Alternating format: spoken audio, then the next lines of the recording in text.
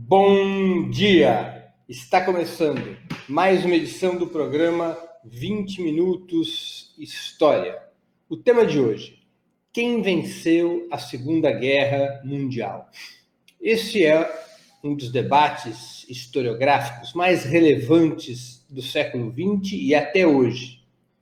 Não apenas por interesse de historiadores, mas porque também faz parte da batalha de narrativas entre os dois campos nos quais o mundo se divide depois da Segunda Guerra Mundial: o campo capitalista, liderado pelos Estados Unidos, e o campo socialista, comandado pela União Soviética. Tal a magnitude da Segunda Guerra Mundial, da guerra contra o nazifascismo, que ela passou a ser uma das mais importantes fontes de legitimação da ordem que surge depois desse processo tão doloroso e tão relevante na história da humanidade. Determinar, fixar, disputar na opinião pública quem comandou a luta contra o nazismo passou a ter enorme importância para estabelecer posições na disputa por hegemonia cultural, política e ideológica no mundo que emerge depois que Hitler havia sido derrotado. Os Estados Unidos tentavam se apresentar ao planeta como o campeão mundial da liberdade e da democracia. Para poder ter maior legitimidade nessa sua postulação, que encobria sob esse manto ações imperialistas das mais sórdidas, para poder ter essa legitimidade, os Estados Unidos tinham que aparecer aos olhos do planeta como o líder, como a nação que teria comandado a vitória contra o nazismo. Os Estados Unidos, com esse objetivo, colocou em movimento todo o seu instrumental, toda a sua capacidade de guerra cultural, filmes, livros, pesquisas, imprensa, para tentar fixar a ideia de que teriam sido os Estados Unidos e seus aliados mais próximos, em particular o Reino Unido, que teriam jogado um papel decisivo contra o nazismo. Basicamente, a imprensa, a academia e a indústria cinematográfica norte-americana tratou de invisibilizar, de reduzir o papel que a União Soviética jogou no conflito e ampliar o papel que os próprios Estados Unidos teriam tido. Vocês todos devem ter assistido uma quantidade impressionante de filmes sobre o dia D, o desembarque na Normandia em 1944, a chamada Operação Overlord, que teria sido um momento decisivo para a derrota do nazismo. Filmes e filmes foram feitos a esse respeito, além de estudos, material de imprensa, propaganda, para tentar estabelecer que o tal dia D teria sido o momento em que os nazistas teriam tido sua coluna vertebral quebrada. Isso é uma das maiores falsificações da história. Na verdade, tanto os Estados Unidos quanto o Reino Unido tardaram para abrir a chamada segunda frente da guerra. Demoraram muito para abrir. Só foram abrir a segunda frente quando o nazismo já havia sido derrotado na frente oriental. A chamada primeira frente é exatamente a frente em que os nazistas se jogaram contra a União Soviética. A União Soviética invadida pelos nazistas em junho de 1941. A Operação Overlord, o desembarque na Normandia, só ocorreria em 1944, para vocês verem o tempo que demora para a abertura dessa chamada segunda frente, também conhecida como ocidental, aberta apenas em junho de 1944. Mais de um ano antes da abertura da segunda frente, mais de um ano antes do desembarque na Normandia, do chamado dia D, a Alemanha tinha conhecido sua mais importante derrota na Segunda Guerra, que foi na Batalha de Stalingrado. A Batalha de Stalingrado se encerra no dia 2 de fevereiro de 1943. E ali, em Stalingrado, os alemães viram seus exércitos irremediavelmente comprometidos. Suas principais tropas foram batidas de forma implacável pelo Exército Vermelho. E Stalingrado já é o turning point, o ponto de virada do Exército Vermelho. Recuando e combatendo em situação de resistência a partir da invasão alemã de junho de 1941, na chamada Operação Barbarossa, o Exército Vermelho, depois de derrotar o nazismo em Stalingrado, começa sua contraofensiva, começa a avançar no rumo de Berlim, tanto retomando territórios soviéticos que estavam ocupados pelas tropas alemãs, quanto depois libertando outros países que estavam sob o jugo nazista, até finalmente chegar na Alemanha em 1945. Quando ocorre, portanto, o desembarque na Normandia, o chamado Dia D, nome bem mercadológico dado pelos Estados Unidos, como se esse fosse o dia decisivo da guerra, quando ocorre o desembarque na Normandia, a guerra estava praticamente decidida. O destino da Alemanha já estava traçado, já estava selado. É claro que o desembarque na Normandia acelera o fim da guerra, porque uma segunda frente ao Ocidente leva a um debilitamento mais rápido das forças nazistas. Talvez a guerra tivesse demorado mais alguns meses, talvez até mais de um ano, não fosse aberta a segunda frente. Mas o fato é que é em Stalingrado, na frente oriental, que a sorte do nazismo tinha sido decidida. O nazismo já estava batido, era uma questão de tempo para que o Exército Vermelho chegasse em Berlim. Aliás, a demora dos Estados Unidos e do Reino Unido em abrirem a segunda frente tem a ver com um cálculo geopolítico.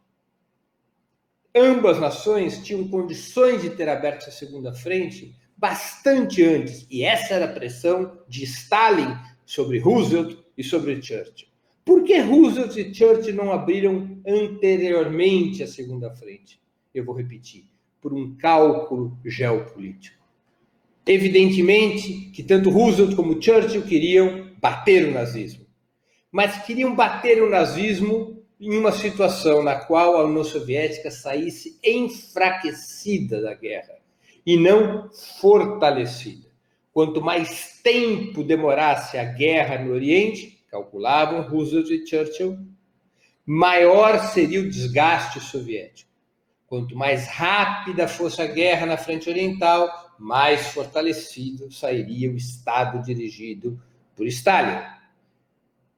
Inglaterra e Estados Unidos queriam que a União Soviética saísse enfraquecida no momento em que o nazismo fosse batido. Por isso, demoraram para abrir a segunda frente. Um cálculo geopolítico que deu com os burros na água, porque o que eles foram assistindo, para sua surpresa, não foi a União Soviética se enfraquecendo e, portanto, tendo que ser socorrida pelas forças ocidentais, mas a União Soviética em uma escalada, ganhando força, musculatura, capacidade militar, capacidade de articulação de logística, avançando sobre o nazismo, e é nesse momento, percebendo que o cálculo tinha dado errado, que Estados Unidos e Inglaterra resolvem, então, organizar o desembarque na Normandia, mas, repito, numa situação na qual o nazismo já tinha seus dias contados.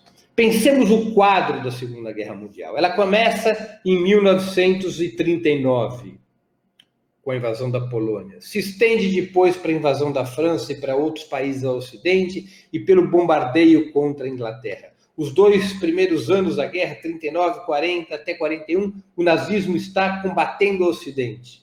Praticamente neutraliza os países ocidentais. Os Estados Unidos, por outro lado, a partir do ataque a Pearl Harbor, em 41, começa a guerra no Pacífico.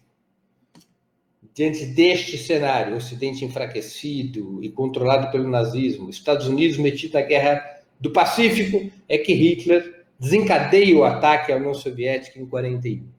E apenas 3 anos depois, os países ocidentais abririam a segunda frente. Nesse processo é muito importante destacar um outro elemento da historiografia que é sempre manipulado para tentar tirar robustez do papel que a União Soviética jogou na Segunda Guerra. O revisionismo histórico, corrente importante de historiadores das mais diferentes matizes, mas historiadores vinculados ao Ocidente, tentam mostrar, entre outras peripécias, que a União Soviética teria sido responsável pelo início da Segunda Guerra. Recentemente, o Parlamento Europeu aprovou uma resolução nesse sentido. Como teria sido a União Soviética responsável pelo início da guerra? Por conta do chamado Pacto Molotov-Ribbentrop, assinado em agosto de 1939. Molotov era o chanceler da União Soviética, Ribbentrop era o chanceler da Alemanha, e fazem um acordo pelo qual a União Soviética realizava uma série de concessões, aceitava que a Alemanha tomasse a Polônia, em troca de um pedaço da Polônia ser tomado pela própria União Soviética, e liberava a Alemanha para começar a guerra ao Ocidente. Para os historiadores vinculados aos grandes países capitalistas, às universidades dos países capitalistas, até para setores de esquerda mal informados ou mal intencionados, o Pacto Molotov-Ribbentrop teria facilitado ao nazismo começar a guerra por liberar a possibilidade de ocupação da Polônia. Essa é uma história falsificada, mal contada, propositadamente mal contada. Porque o Pacto Ribbentrop-Molotov não é outra coisa que não uma resposta a um outro pacto realizado um ano antes, em 1938, que foi o Pacto de Munique. Pelo Pacto de Munique, França, então dirigida por um social-democrata, Daladier, e a Inglaterra, dirigida por um conservador frouxo diante do nazismo, que era Neville Chamberlain, a França e a Inglaterra aceitam que a Alemanha tome uma parte da Tchecoslováquia, os chamados Sudetos, com isso sinalizando que Inglaterra e França não se oporiam se a Alemanha começasse sua guerra pelo leste. Toma os Sudetos, já havia feito o Anschluss, a anexação da Áustria, e eles empurram a Alemanha para intensificar suas contradições ao leste, inclusive tentando estabelecer uma negociação secreta que permitiria à Alemanha atacar a União Soviética através de um corredor polonês. A Polônia, então, estava sob controle, sob hegemonia da aliança com a Inglaterra, para que a Alemanha considerasse neutra a Polônia e a Alemanha pudesse ter um espaço para avançar no rumo da União Soviética. França e Inglaterra, assim, se recusavam ao acordo proposto por Stalin para isolar e derrotar Hitler. Diante dessa situação, na qual o Ocidente capitalista buscou isolar a União Soviética, Stalin, o dirigente então da União Soviética, o que tratou de fazer foi virar o jogo, colocar a Alemanha em combate primeiro com os Estados capitalistas, para que a União Soviética pudesse ter o tempo necessário para se preparar para uma guerra que seria brutal, como todas as previsões indicavam e como de fato aconteceu. A União Soviética precisava ganhar tempo, e o Pacto Molotov-Ribbentrop é exatamente um instrumento que permite à União Soviética ganhar tempo. Assinado em agosto de 1939, jogou a Alemanha contra os Estados capitalistas, convenceu Hitler que era mais fácil primeiro derrotar o Ocidente para depois acertar contas com a União Soviética. Esse pacto Molotov-Ribbentrop deu à União Soviética praticamente 2 anos de prazo para se preparar, para preparar sua indústria, para preparar seu exército, para preparar sua logística, e também para se aproveitar das contradições interimperialistas entre a Alemanha nazista e os Estados capitalistas que eram organizados, que funcionavam em regimes de democracia liberal. O pacto Molotov-Ribbentrop, ao contrário de libertar as mãos do nazismo para o que quer que seja, foi uma ação defensiva do Estado soviético para impedir seu próprio isolamento, que era o propósito do Pacto de Munique, um acordo entre o nazismo e as democracias liberais que poderiam levar à invasão da União Soviética e à derrocada do primeiro Estado socialista do planeta. O Pacto Molotov-Ribbentrop vira o jogo e dá à União Soviética tempo para se reorganizar.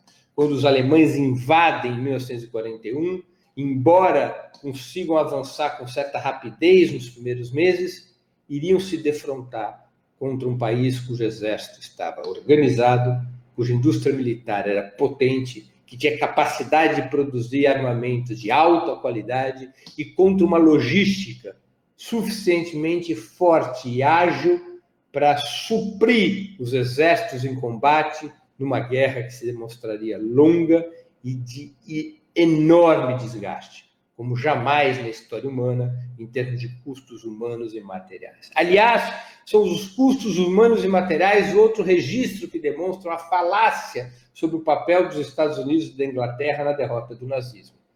25 milhões de vidas soviéticas foram ceifadas na Segunda Guerra Mundial, contra 1 milhão da soma de mortes militares e civis dos Estados Unidos e do Reino Unido durante esse mesmo conflito. A União Soviética perdeu 25 vezes mais vidas do que a soma de Estados Unidos e Reino Unido. Isso diz algo, isso é um dado bastante relevante. Como é também relevante como prova o que os Estados Unidos fazem em agosto de 45.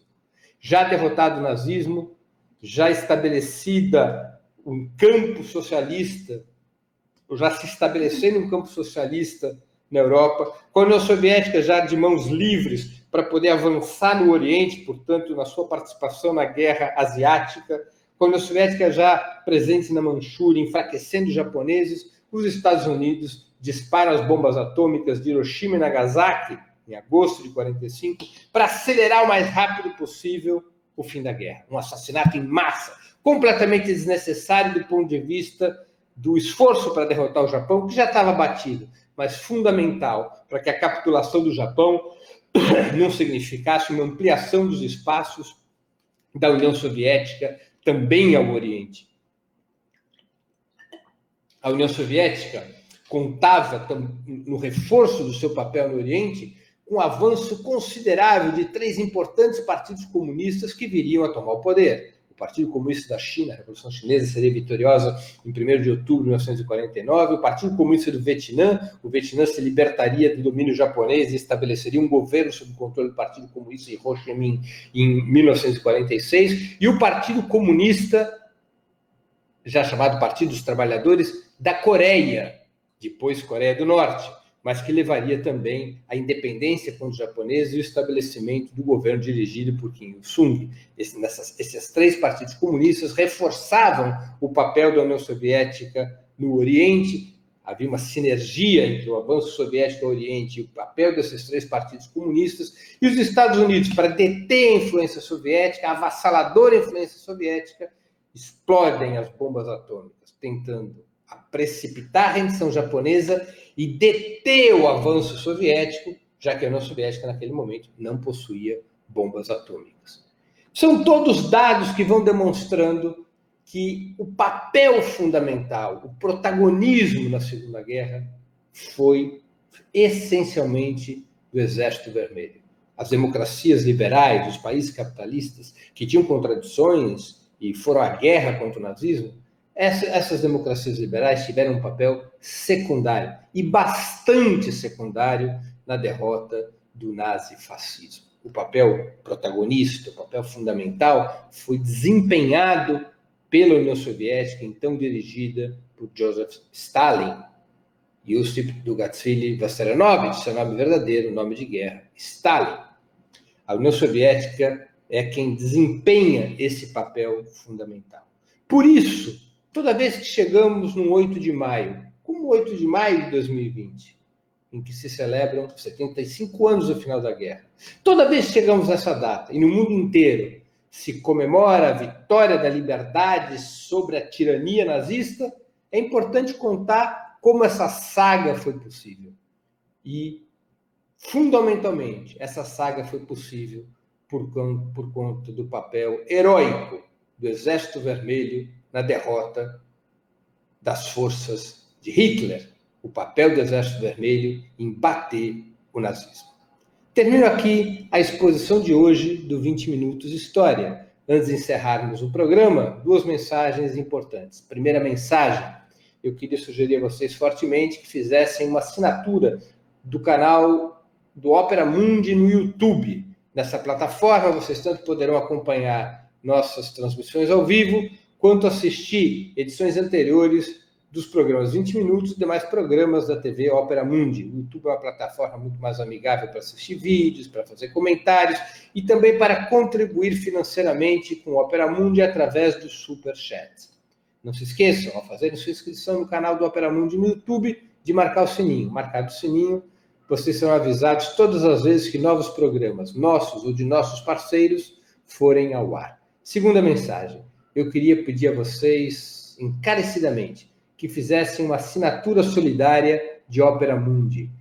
Assinatura solidária é um pequeno valor mensal que nossos espectadores e leitores pagam para que nós possamos ter os recursos necessários à sustentação e ao desenvolvimento de um jornalismo independente, de qualidade, para que nós tenhamos os recursos necessários à batalha cotidiana de ideias e informações contra a imprensa de direita, cada vez mais manipuladora e mentirosa. Vocês poderão obter informações sobre assinatura solidária no endereço www.operamundi.com.br/apoio. Eu vou repetir, www.operamundi.com.br/apoio. Façam agora mesmo a assinatura solidária. A assinatura solidária é o principal instrumento de financiamento do Opera Mundi, especialmente nessa época de resistência e quarentena. A assinatura solidária é, por sua própria natureza, o instrumento que garante a independência de Opera Mundi frente ao poder econômico. Terminamos assim o programa 20 Minutos de História dessa sexta-feira, 8 de maio de 2020. Queria agradecer a todos a audiência, aqueles que gostaram do programa, por favor, o compartilhem, ajudem na sua difusão. E nós voltaremos a nos ver na próxima segunda-feira, às 11 horas da manhã, com mais uma edição do programa 20 Minutos. Até lá e um grande abraço.